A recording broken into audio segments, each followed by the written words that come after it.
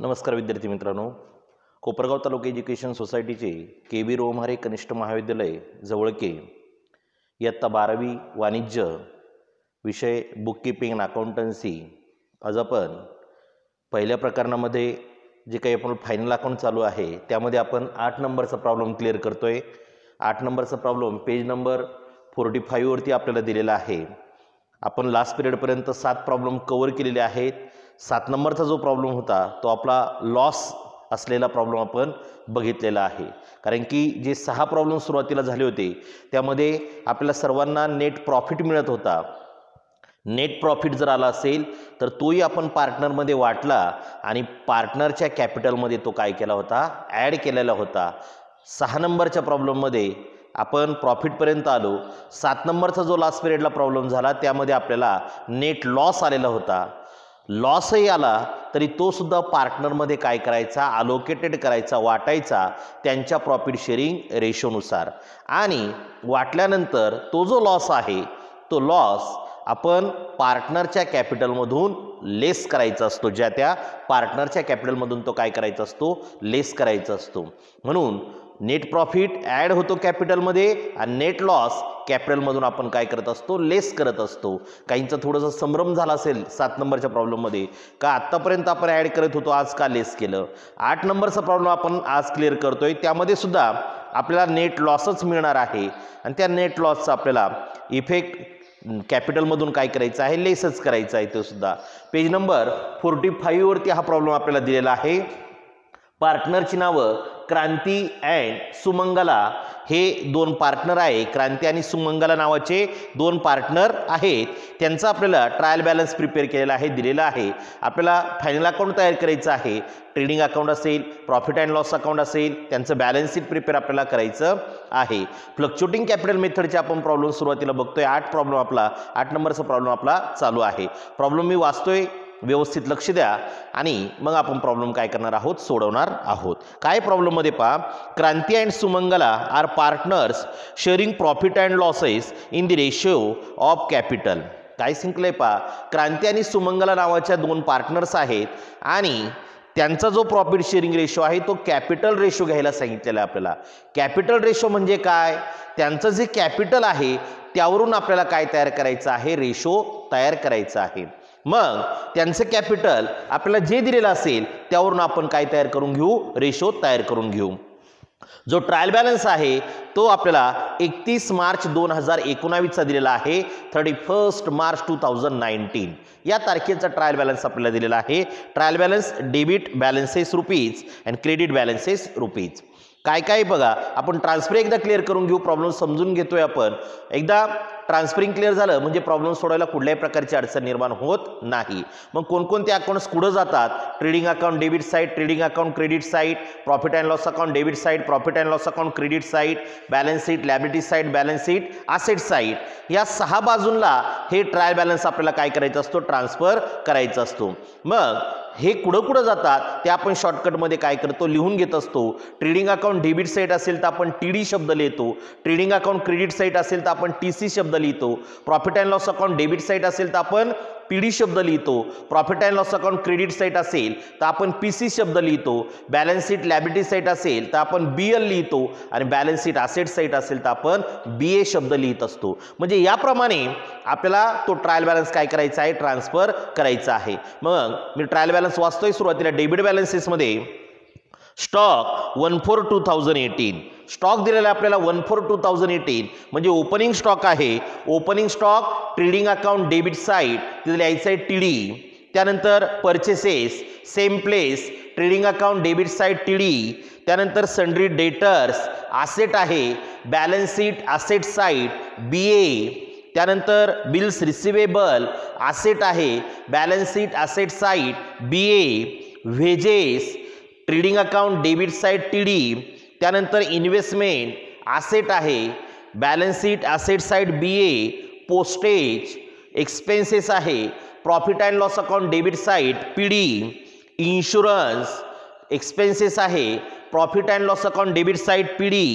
Plant and machinery asset आहे, balance sheet asset side BA।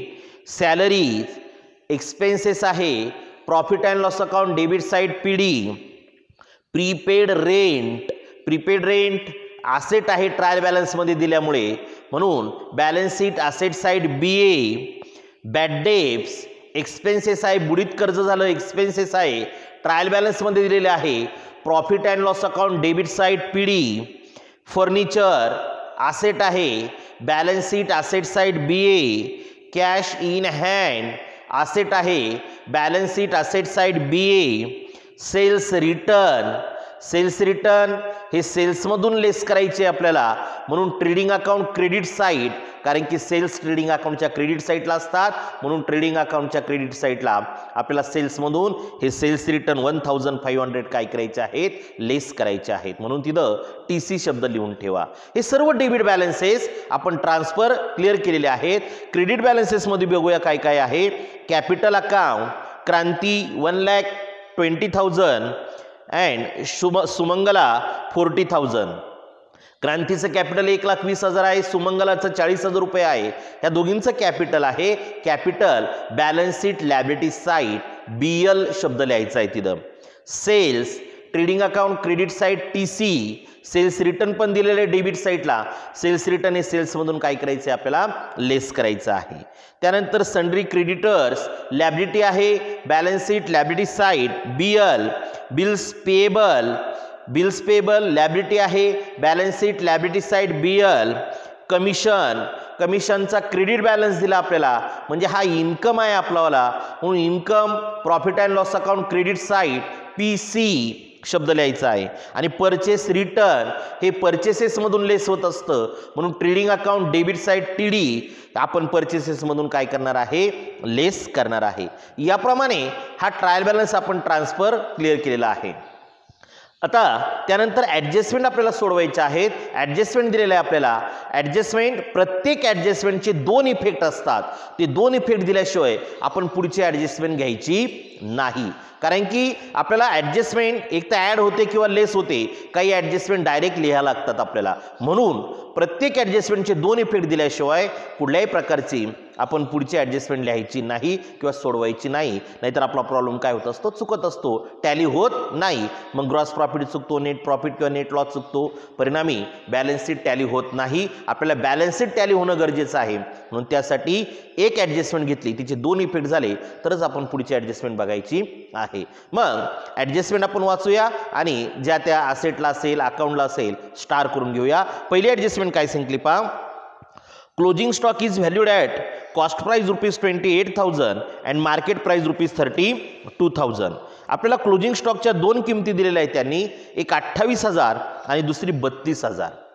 मी सांगितलं होतं सुरुवातीच्याच प्रॉब्लेममध्ये, ज्यावेळेस क्लोजिंग स्टॉकच्या 2 किमती देतात त्यावेळेस सर्वात कमी जी किंमत असेल ती आपण क्लोजिंग स्टॉक म्हणून घ्यायची आहे. मग 28,000 आणि 32,000, 28,000 अँड 32,000, 28,000 आणि 32,000 मध्ये कमी जी किंमत आहे ती 28,000 रुपये आहे, म्हणून आपण क्लोजिंग स्टॉकची किंमत किती घेणार आहे आजच्या प्रॉब्लेममध्ये, 28,000. पुढे करतो आपण क्लोजिंग स्टॉकची ॲडजस्टमेंट 2 ठिकाणी लिहितो आपण. एक closing stock trading account credit side and balance sheet asset side, म्हणून आपण तिथं लिहायचं आहे TC and BA. TC trading account credit side, BA balance sheet asset side. He adjustment direct लिहायची असते, कशात ॲड करायची नाही, कशात लेस करायची नाही. तिथं आपण TC अँड BA शब्द लिहायचा आहे, जेणेकरून आपल्याला ते ॲडजस्टमेंट करता येईल. दुसरी ॲडजस्टमेंट काय आहे पहा. Insurance is paid up to 30 जून 2019. मी फळ्यावरती पण लिहिलेले आहे. Insurance is paid up to 30 जून 2019. 30 जून 2019 पर्यंत इन्शुरन्स काय केलेला आहे, पेड केलेला आहे त्यांनी. आपण जे फायनल अकाउंट तयार करतो ते फायनल अकाउंट 31 मार्च पर्यंतच तयार करायचे आपल्याला. म्हणजे आपलं वर्ष 1 एप्रिल 2018 सुरू झालं आणि संपतंय 31 मार्च 2019ला. आणि यांनी कुठपर्यंत देऊन ठेवले, 30 जून 2019. म्हणजे बघा 1/4/2018 आपलं वर्ष सुरू झालं आणि 31/3/2018 आपलं वर्ष काय झालं, संपलं.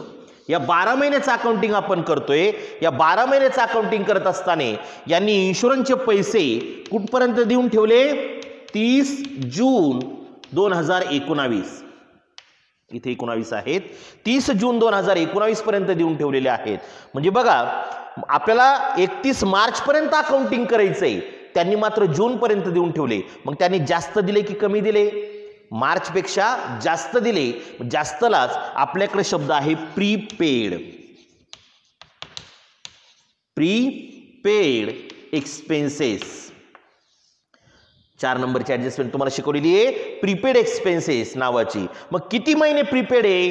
31 मार्च म्हणजे मार्च महिना संपलेला आहे. एप्रिल, मे, जून, जून 30 आहे म्हणून पूर्ण आहे. मग 3 महिने जास्त आहे 3 मंथ.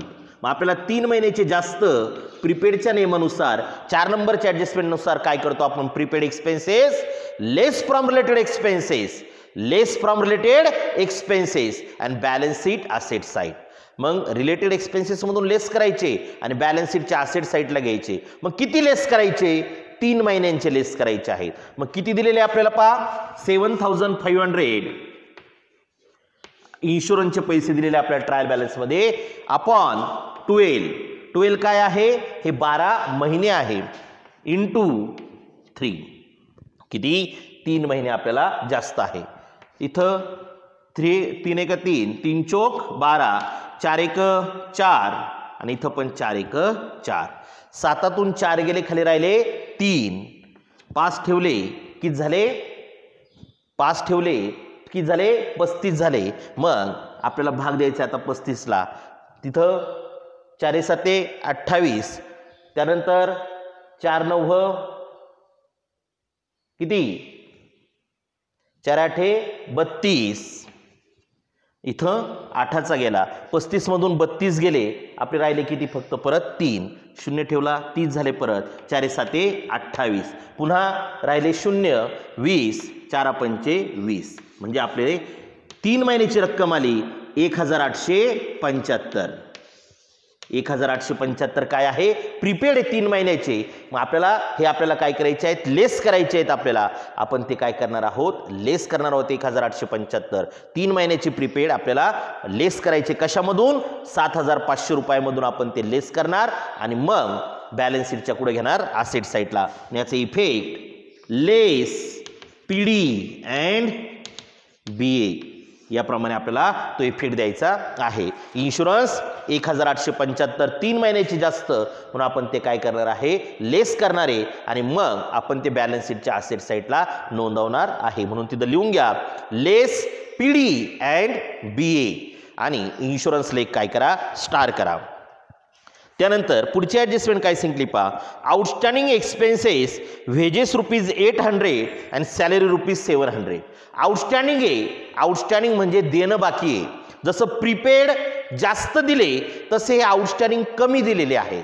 प्रीपेड आपण जास्त दिल्यामुळे लेस केले आणि आउटस्टँडिंग कमी दिल्यामुळे आपल्याला ॲड करावं लागणार आहे. म्हणून प्रीपेड काय करतो आपण? 3 नंबरची adjustment add in to related expenses and balance sheet liability side. कारण दिलेले नाहीये, देयता आहे ती आपली जबाबदारी आहे म्हणून आपल्याला ते काय करायचे आहेत? द्यायचे आहेत.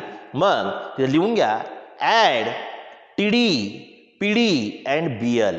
TD wages trading account debit side, PD salary profit and loss account debit side and BL म्हणजे बॅलन्स शीट लॅबिलिटी साइड. तिथं स्टार करून घ्या. वेजेसला एक, सॅलरीला एक आणि तिथं व्यवस्थित एक एक स्टार केल्यानंतर खाली आपलं add TD PD and BL शब्द लिहायचा आहे. 4 नंबरची ॲडजस्टमेंट काय पहा? Book value of plant and machinery is reduce to ₹13,000. Plant and मशिनरीची जी बुक व्हॅल्यू आहे, मूळ किंमत आहे ती रिड्यूस झाली कुठपर्यंत? 13,000 पर्यंत. रिड्यूस होणं म्हणजे कमी होणं. रिड्यूस होणं म्हणजे कमी होणं. किती होते प्लांट अँड मशिनरी? बघा बरं आपल्याकडं प्लांट अँड मशिनरी ट्रायल बॅलन्समध्ये 15,000 रुपये दिलेले होते. ती रिड्यूस झाले, कमी झाले कुठपर्यंत? 13,000 रुपयापर्यंत कमी झाले. मग 15ची किंमत 13 झाली म्हणजे वाढली की कमी झाली? कमी झाली. मग कमी झाली किती रुपयाने कमी झाली? 2,000 रुपयाने कमी झालेली आहे. म्हणजे ॲसेटची किंमत केव्हा कमी होते? त्याचं एकच कारण आहे डिप्रिसिएशन.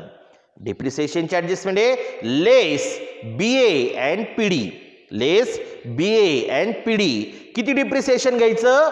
फक्त 2000 रुपये घ्यायचे. म्हणजे 15 मधून 2000 रुपये वजा करायचे. बाहेर बरोबर किती राहतील? 13000 रुपये राहतील आपल्यावाले. आणि याचा second effect profit and loss अकाउंटच्या पुढे घ्यायचा, डेबिट साईडला घ्यायचा आहे. तिथल्या लेस BA अँड PD आणि प्लांट अँड मशिनरी एक स्टार करा. त्यानंतर 5 नंबरची ॲडजस्टमेंट काय पहा, डिप्रिसिएट फर्निचर बाय 5%. फर्निचरवरती पण डिप्रिसिएशन काढायचे 5%. मग depreciation less from related asset and profit and loss account debit side. Less from related asset and profit and loss account debit side. तिथल्या लेस BA अँड PD आणि फर्निचरला एक star करून घ्या. 5% फर्निचरवरती आपल्याला काढायचं आहे. त्यानंतर 6 number, provide further bad debts of ₹800. Bad debts less from debtors and profit and loss account debit side. तिथल्या लेस BA अँड PD आणि सन्ड्री डेटर्सला एक स्टार करून घ्या. त्यानंतर 7 नंबरला आहे, goods of ₹3000 distributed as a free sample. Free sample आहे. 9 नंबरची ॲडजस्टमेंट तुम्हाला शिकवलेली आहे. फ्री सॅम्पल काय करतो आपण? Trading account credit side and profit and loss account debit side. Trading अकाउंटच्या क्रेडिट साईडला घ्यायचे आणि प्रॉफिट अँड लॉस अकाउंटच्या डेबिट साईडला फ्री सॅम्पल आपल्याला गुड्स काय करायचे आहेत? नोंदवायचे आहेत. 3000 रुपये. हे ॲड होत नाही, काहीच नाही. काही काही याच्यामध्ये आपल्याला हे ॲडव्हर्टाइजमेंट असते, जाहिरातीसाठी देतात ते, म्हणून ॲडव्हर्टाइजमेंट नावाने पण लिहिलेले असतात. आपण direct to free sample goods नावाने काय करणार आहोत? नोंदवणार आहोत. याप्रमाणे हा प्रॉब्लेम आपल्याला काय करायचा आहे? सोडवायचा आहे. व्यवस्थित profit and loss account close करताना तिथं नेट लॉस येणार आहे, तो नेट लॉस आपल्याला काय करायचा आहे? पार्टनरमध्ये वाटून द्यायचा आहे. प्रॉब्लेम व्यवस्थित क्लिअर करून घ्या. प्रॉब्लेम तो 2,02,225 रुपयाला काय होतोय? टॅली होत आहे. त्या अगोदर कॅपिटल रेशो कसा कॅल्क्युलेट करायचा आपण तो कॅल्क्युलेट करणार आहोत. रेशो आपल्याला काढायचा आहे. कॅपिटल रेशो त्यांनी आपल्याला सांगितलेला आहे. रेशो कसा काढायचा? कॅपिटल आहे 1,20,000 क्रांतीचं आणि सुमंगलाचं आहे 40,000. रेशो काढताना ज्या सारख्या संख्या आहे त्या काय करायच्या? कट करून टाकायच्या. इथं 4 शून्य, इथं पण 4 शून्य, राहिलं 12/4. मग आता हा जरी रेशो घेतला तरी आपलं उत्तर बरोबरच येणार आहे वाटण्यासाठी, पण 12 आणि 4 16 भाग करावे लागतील. मग याला संक्षिप्त रूप जात आहे का पाहायचं. अशी एखादी संख्या पाहायची मोठ्यात मोठी की त्या संख्येमध्ये ह्या दोन्ही पण संख्येला भाग जाईल. मग 4 4 1 4 आणि 4 3 12. म्हणजे काय रेशो आला तुमचा? आला आता 3:1. याप्रमाणे हा रेशो असणार आहे. मग जो काही नेट लॉस येणार आहे तुम्हाला, तो नेट लॉस या 3:1 रेशोमध्ये काय करायचा आहे? वाटायचा आहे. तो लॉस वाटत असताना सुद्धा पॉईंटमध्ये उत्तर येणार आहे. जर पॉईंट 5च्या पुढे असेल, पॉईंट 5च्या पुढे असेल तर 1 ने संख्या वाढून घ्यायची आणि पॉईंट 5च्या कमी असेल तर संख्या आहे 30 ठेवायची. अकाउंटन्सीमध्ये पॉईंट रेकॉर्ड होत नाही. पॉईंटचं काय करायचं? संक्षिप्त रूपमध्ये रूपांतर करून घ्यायचं. पॉईंट आपण 5च्या पुढे गेला, सपोज एखाद्याचा पॉईंट आला 1275, 1275.5 किंवा 0.3 आला तर हे 3 जे आहेत ते आहेत तसेच राहतील. म्हणजे यथा 5च्या कमी आहे म्हणून पॉईंट खोडायचा. संख्या किती घ्यायची? फक्त 1275. पण जर 1275.5 6 7 8 आणि 9 यापैकी काही आला पॉईंट, 5 आला, 6 आला, 7 आला, 8 आला, 9 आला, तर पॉईंट 5 पेक्षा जास्त आहे म्हणून 1275 ऐवजी 1200 किती घ्यायचे? 76. पॉईंट खोडून टाकायचा, पॉईंट रेकॉर्ड करायचा नाही. पॉईंट 5 पेक्षा कमी आला, पॉईंट खोडायचा, संख्या आहे 30 ठेवायची. पॉईंट 5 पेक्षा जास्त म्हणजे 5 6 7 8 9 पर्यंत आला तर 1 ने संख्या वाढून घ्यायची, पॉईंट लिहायचा नाही, पॉईंट खोडून टाकायचा. 75 होती आपण किती करून घेतली? 76 करून घेतलेली आहे. याप्रमाणे तो लॉस जो येणार आहे तो तुम्हाला काय करायचा आहे? वाटायचा आहे.